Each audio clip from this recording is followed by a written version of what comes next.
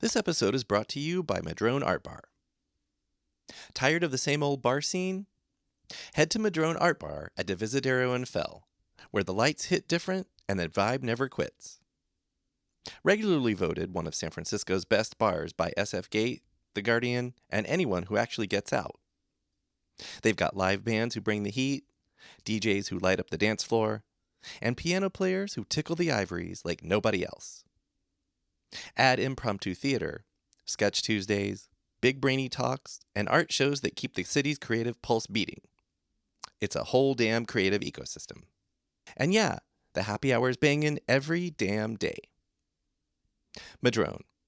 Music, art, drinks, energy. Real San Francisco soul.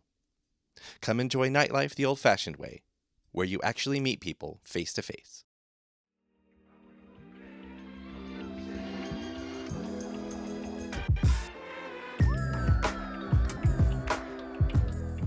We have relied on little bits of money coming to district from the state government, from the federal government to keep Muni and BART funded, but I think we need a long-term structural fix. I believe we need to just start having a little bit of the highway money, not even that much, but some of the highway money diverted away from highway expansion to transit, which would basically fully fund all transit in the country.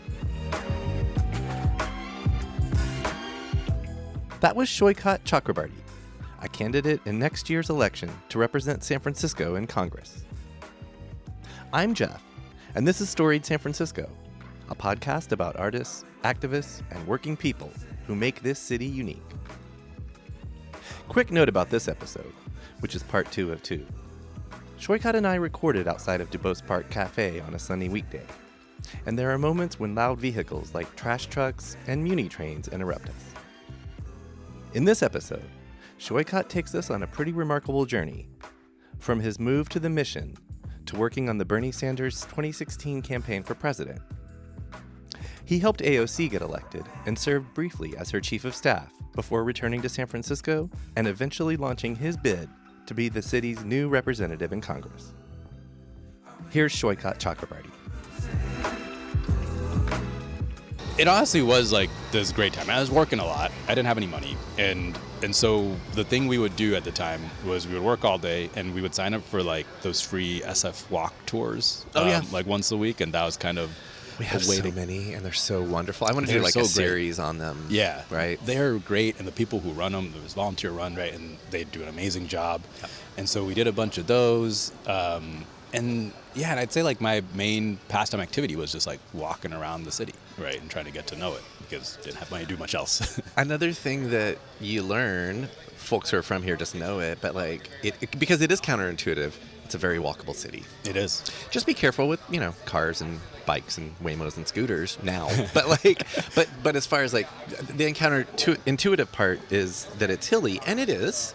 Yeah. But also it's like there's ways around the hills or walk up into the hill. Anyway. Well, and I think my favorite kind of San Francisco day is having no plans. You just walk and meander and find yourself wherever, because every neighborhood's got its own culture, has its own like cool little hole in the wall, whatever, bake shops, coffee shops, whatever.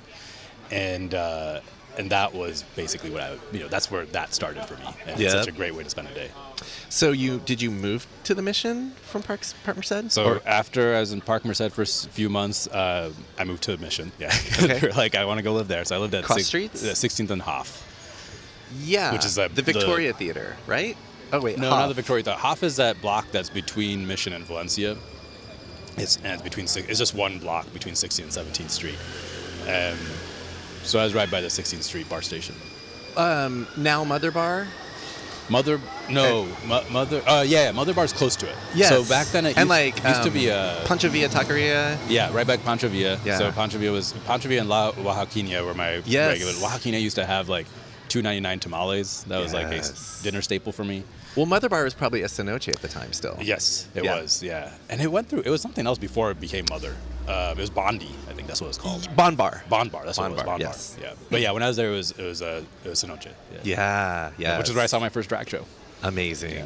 Oh my God. Well, I normally keep these podcasts a certain length, but I feel like I could go on forever. So you're gonna have to help me edit ourselves here. Right.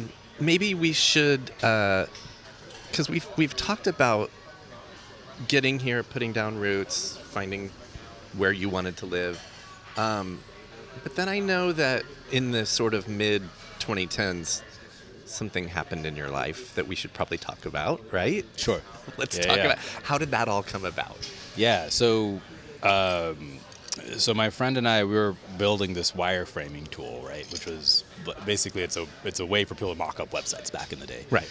And through that, I made a bunch of friends who were building their own tech stuff. I ended up meeting John and Patrick Collison, and we were just like friends for about a year. And they were starting Stripe at the time, which was a very small company. I think it was basically them and one other person working there. Okay. And after a little over a year of my friend and I working on this other tool, so I was getting a little lonely. So I was like, all right, they've been trying to hire us for a bit. So I was like, all right, we'll go work for you and see what this is all about. Okay. And it was honestly pretty fun. Like I helped hire up the team there, starting as a second engineer at Stripe, and ended up leaving when we were about 50 people, I want to say. Oh wow. But there is something really fun about working on this project with a small group of people, which to me was like when we were 10 was the perfect time, and then after that became too big for me. But working on this project with a small group of people and everyone working hard and just having a good time trying to get to something. But I want to say, like, at that time, part of what drew me to Stripe and to the tech world in general was I also thought tech was maybe the way we solve some of these big problems in the world, right? And this is like 2007, 2008 era.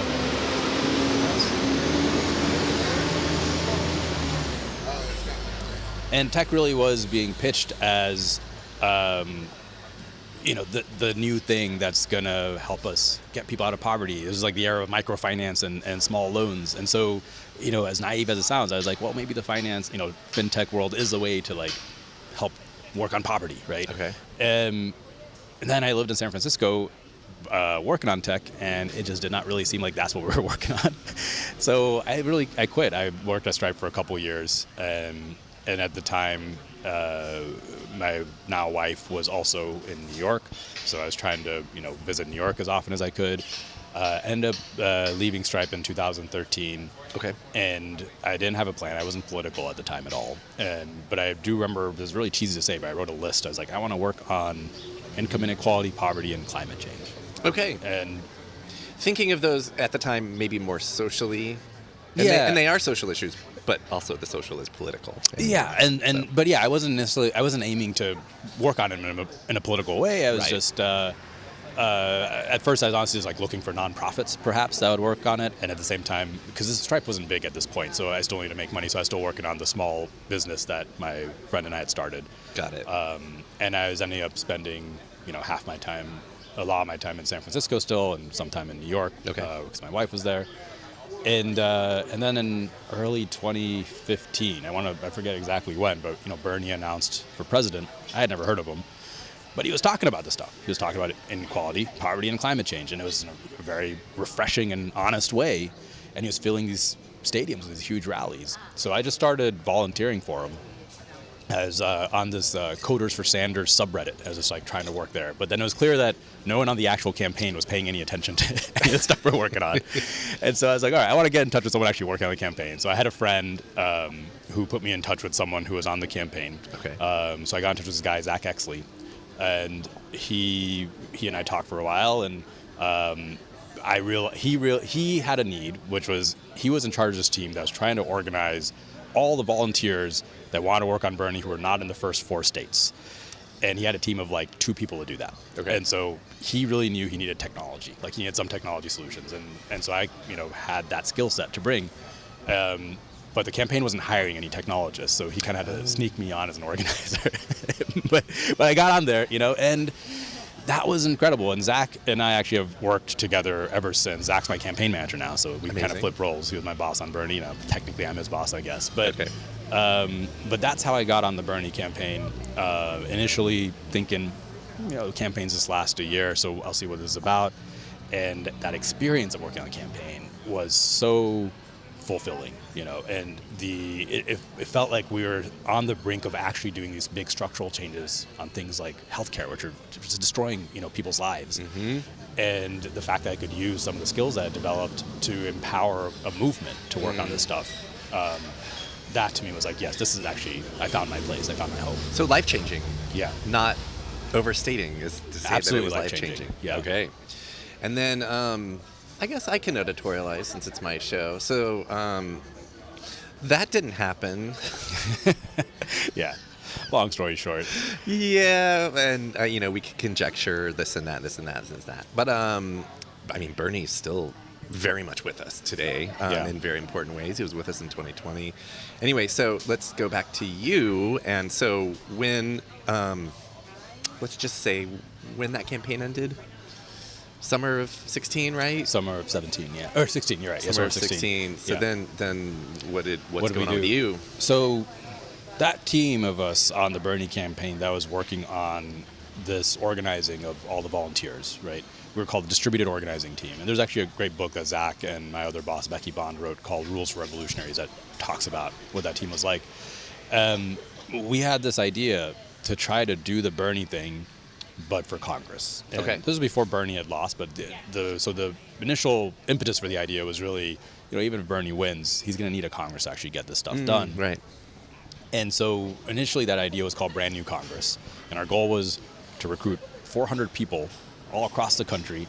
And we would try to actually run it like a big presidential race. So centralized campaign, like a 400-headed presidential campaign, right? And the thinking was, we had just seen Bernie do this thing where, because he stood for real change, he got people and money. And then as soon as all the people and money start showing up, the press reports on it, which creates more people and money.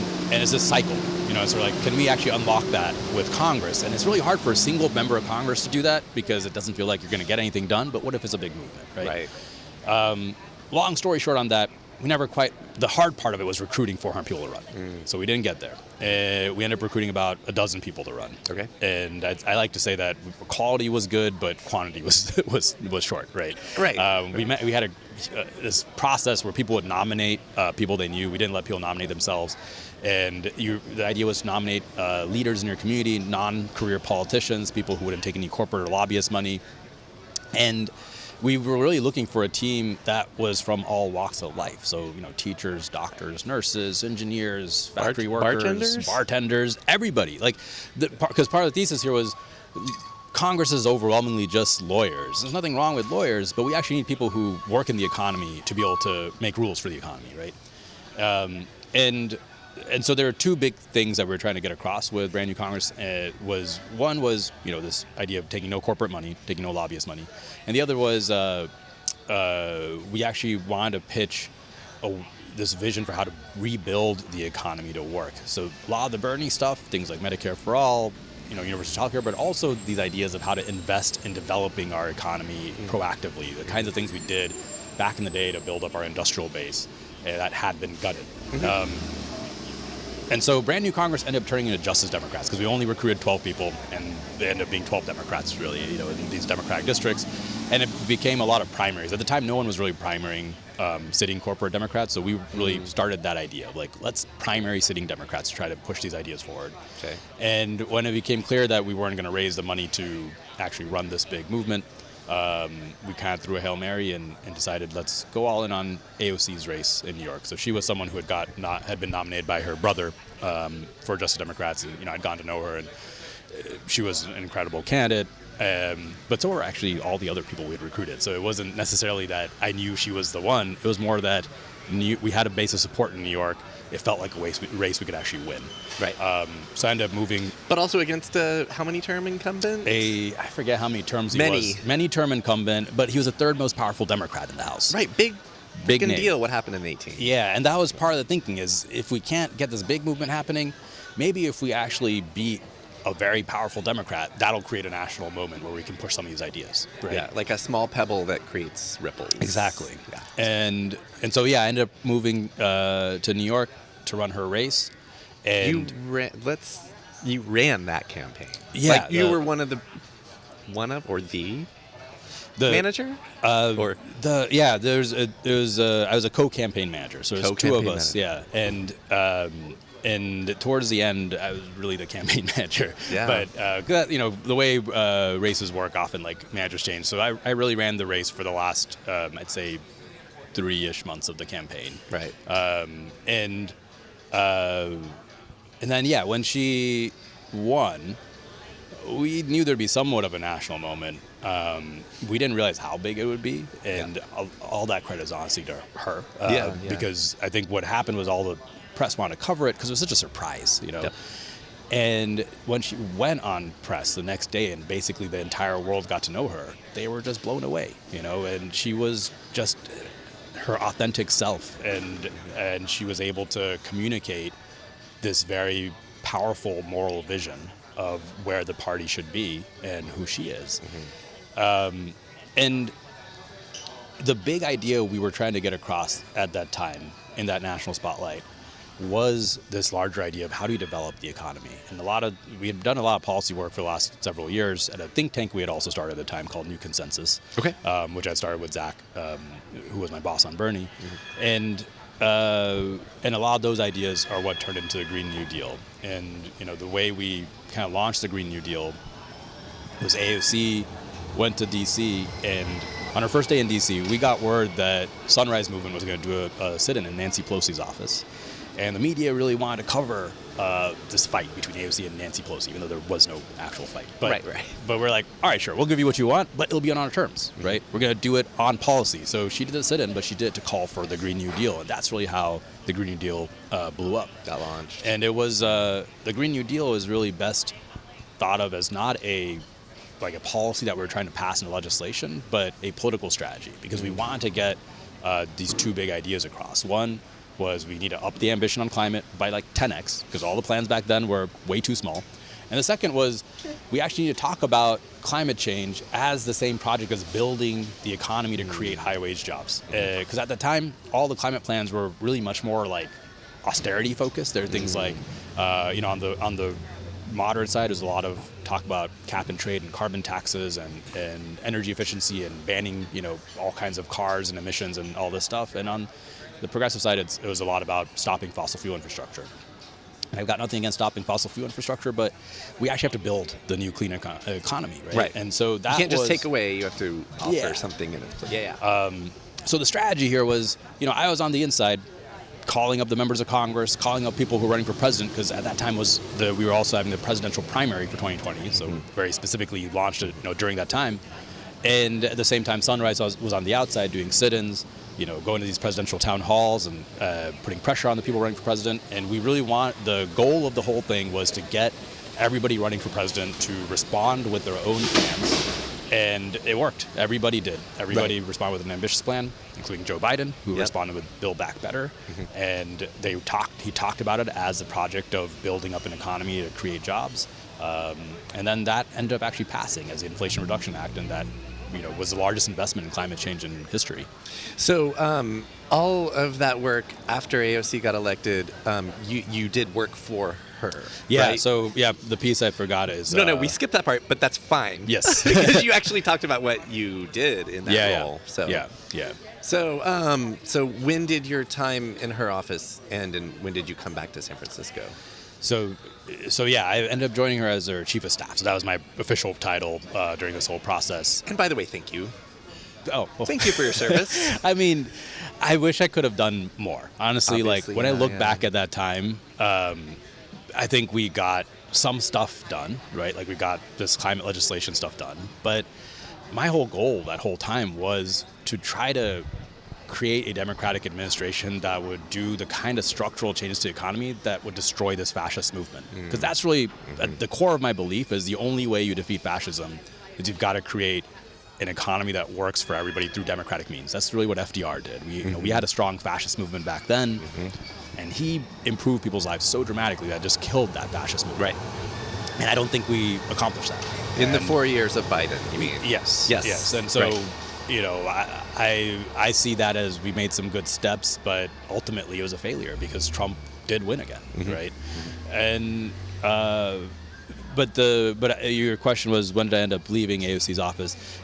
My job from the start, when I took the job, when she asked me to be her chief of staff, I said, I'm just going to go in there and help you launch the Green New Deal, hire up your staff, get all systems in place, but I'm not going to be your guy to be like the inside person. Like, I don't have connections in DC, Have you watched Veep? I have. Yeah. You're like, I'm not going to be that guy. Yeah. Alexander, like, I don't want to be that. Yeah. So, by about April, we had finished getting what we needed to do with the Green New Deal. Everybody running for president had, responded, launched their April own plans. of 20? 2019. 2019. Right, yeah. right. Her first year in office. Her first year in office. I had hired up her staff. I had set up a lot of her systems, which is where actually my programming background helped, because I managed to code a bunch of stuff because she was getting so much incoming. But right. it was cool. And then I trained up her staff. The goal was for me to leave by sometime in August, September, because I had a kid that was coming on the way, and at the end of July was the due date. And so I thought that would be a good time to just transition out, and that's basically what I did. Okay. Yeah, so I ended up leaving her office in September, I want to say, and then came back to SF right after. Okay, and you came back with a little family. With a little family, yeah. Yes, in 2019? 2019. So you experienced the onset of the pandemic out here. Yes. Okay. How do we get from your return to, I'm running against let's just say 17,000 term limit, or termed Speaker Emerita, first woman speaker. Where did that come from? So after I left, besides your resume, sure. I mean, basically after I left AOC's office, I ended up going back to New Consensus and working there. And the goal we really had was, let's actually fill in all the details of the Green New Deal. Let's create what would be the real plan for a Democratic administration. And we ended up doing a few different things. Like, we also, did some policy work during the Biden administration to push, COVID policy, since that became the big thing. But we were really trying to work on this long-term plan for a future Democratic administration for how do we build the institutions to actually do the kind of investment we're talking about? How do we actually rebuild all these industries that we need to talk about?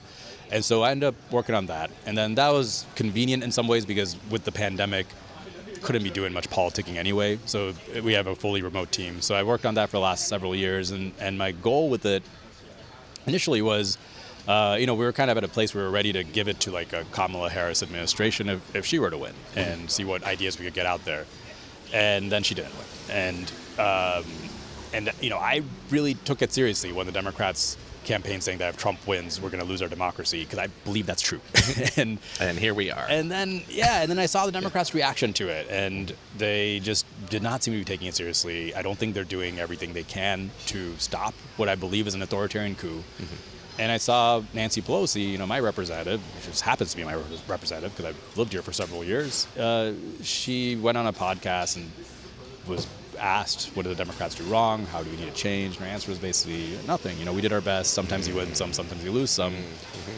And so I, to be honest, just got madder and more and more frustrated.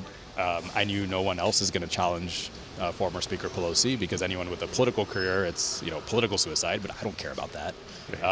And I knew I could run a serious race, and I have a real background and experience in politics and doing the kind of politics I think we need right now, which is how do you actually get big ideas into real stuff, not just little reforms and tweaks around the edges. I think that's what people are asking for. Right. So yeah, I decided to launch my election in February, kind of by tweet. Okay, February of this year. Yeah. Yeah.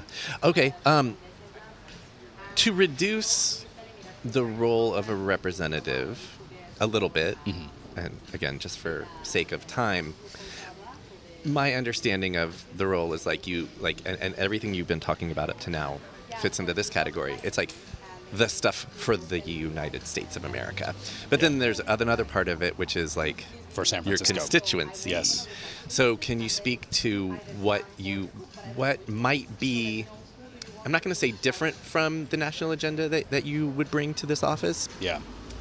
But that is in addition to what are your concerns and what issues are important to you in San Francisco? So first off, I think a very important job, I'd say the most important job of a representative, is to be present for your district, right? Is just to listen have town halls, and I'm trying to model how I would be a representative in my campaign, where I do video calls with anybody in SF every day. Anyone can sign up for one. Is the main thing on my website. I love that, by the way. I saw that. Thank you. So Yeah. I haven't done one yet, but I will. Yeah, you should join on one. I do. We're starting our town hall tour in November. Our first one's in the Richmond, on November 10th at the Richmond Rec Center. We're going to do one in every neighborhood. And I not only believe that this is the most important job of a representative, I also think if you're running the kind of campaign that I'm running, which is not going to be backed by a bunch of corporations and lobbyists and big donors, that's going to be my source of legitimacy and power, is actually people talking, the hard work of talking to thousands and thousands of people. And I really do, to some extent, model this after what I saw AOC do, because she is this big national figure pushing on national stuff. But she has made a choice to be very present in her district. She does tons of town halls. She has open, office hours all the time, and she knows that the kind of the cornerstone of what gives her the confidence to go out there and advocate and push is she's got a community back home that's got her back, right? Because she's got their back. It seems like such a simple idea, and it's right there in the name of the job. Exactly. Right, but it's been eclipsed over maybe the entire history of our country by some of the nefarious interests that we have talked about that we don't need to go into detail about. But it's like, it should always have been that way, I think. I mean, it's idealistic to say, but it's like, it's kind of like, duh.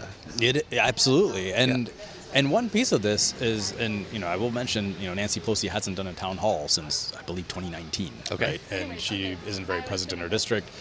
And, I think she's gotten a pass because she was Speaker of the House. Sure. But she's not anymore. Yeah. But the second piece is, I think, especially now, and this will be very true in my first term, with Trump in the White House, there is an all-out assault on Americans and undocumented citizens and all kinds of people. And I think San Francisco is getting that in a very rough way, because we do have a large immigrant population. We have trans people, a large trans population, large LGBTQ population. All the groups that are being attacked, we have. And one of the things that your congressperson is supposed to do that a lot of people don't even realize, because a lot of congresspeople hide this function, is we have a constituent services office, which is meant to be your main point of contact to the federal government. So that means if the federal government attacks you, if you have a spouse that's detained by ICE, or if you don't get a Social Security check, you should be able to come to your congressperson, and we are supposed to advocate for you. And it really works. I helped AOC set up her constituent services office in 2018 when Trump was doing an all-out war on immigrants, and she was in the most immigrant-heavy district in the country. Wow. And it was amazing to see how just a call from a congressperson's office or from the congressperson themselves can really get stuff unblocked, can get people out of detention, can get money moving. But it takes like daily work. It's kind of this daily, you have to be proactive. You have to be faster than the bureaucracy of the federal government to get those wins. But I think that is the main job right now. And if you're able to prioritize as a representative, yes, then you can get it done. And that should be your priority. I think that should absolutely be the priority. And that's going to be my number one priority in 2026, is just keeping the attacks as far away as possible, right? But then the third piece, you asked about the issues. I am a big believer that the national issues I'm talking about, they are at such a breaking point that we are facing the consequences of them locally. Like, there is stuff we can do as a city and a state, but if we can't ultimately fix these big structural problems at national level, we're going to be stuck as a city. So one example I use is healthcare. If you look at the city budget, the largest increase in employee expenditures is healthcare benefits. And healthcare costs are just going to keep skyrocketing. Right. That's something San Francisco cannot solve on its own. Right. We have to fix that at a national level. But there are a couple more local issues that I'm campaigning actively on. One is building public power in San Francisco. There's actually a federal law that got passed in 1913 that when we bought the O'Shaughnessy Dam, or we built the O'Shaughnessy Dam on Hetch Hetchy, we were allowed to do that in exchange for a stipulation that says no power coming into cities should be for profit. And then PG&E got in the way, and they've been paying off the politicians for years to keep them in the way. Yeah, and so I will use my position as a congressperson to make PG&E's life very uncomfortable, to force them to come to the table, sell their infrastructure back. And awesome. Yeah, the other big issue I campaign on is fully funding Muni and BART. There she is. Wait for him to go.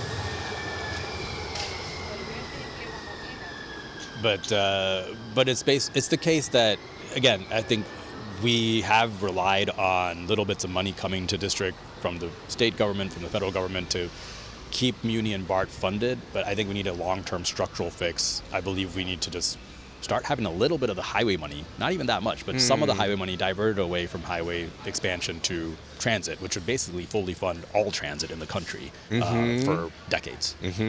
I mean, we have highways technically, but like Muni is our equivalent of freeways in LA. Absolutely. Yes. Maybe tell folks how they can get involved and or learn, at the very least, learn more about you. Yeah, well, you can definitely go to my website, and we are running a massive volunteer-based campaign because I'm not taking the big donor money, I'm not taking corporate money, and we just had a rally in the Mission a couple weeks ago. About 800 people showed up, right? And at the chapel, right? At the chapel, yeah. Love that place. place. It was amazing. Yeah. And we've been having, 50, 60 people coming out to canvas every Saturday, every Sunday. So please go to the website and sign up to volunteer. Sign up for a video call with me if you want to get to know me or have any questions. What's the URL? It's at saikat.us, saikat.us. And so you can learn everything about that and follow me on social media. That's the main platform where I constantly talk to get these ideas out there and to tell people what I'm running on. That was Saikat Chakrabarti. We recorded this episode at Duboce Park Cafe in Duboce Triangle. The California midterm primary will take place on June 2nd, 2026. On the next episode of Storied San Francisco, we travel to North Beach to chat with Randall Ann Homan and Al Barna of SF Neon.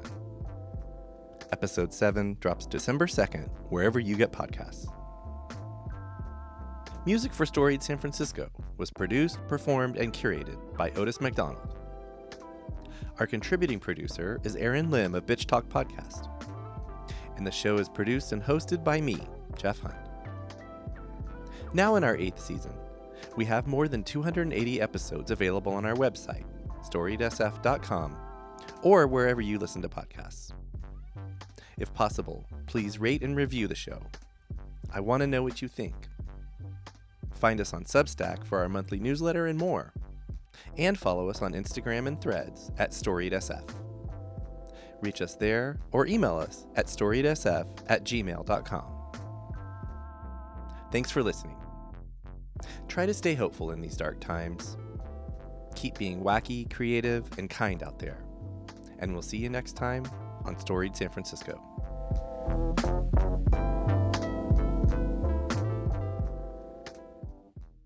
We acknowledge and respect the first humans of the unceded land we call San Francisco, the Ramaytush Ohlone. We condemn the genocide of these and other tribes across the Western Hemisphere. We honor their legacy and history, and we support rematriation and sovereignty efforts.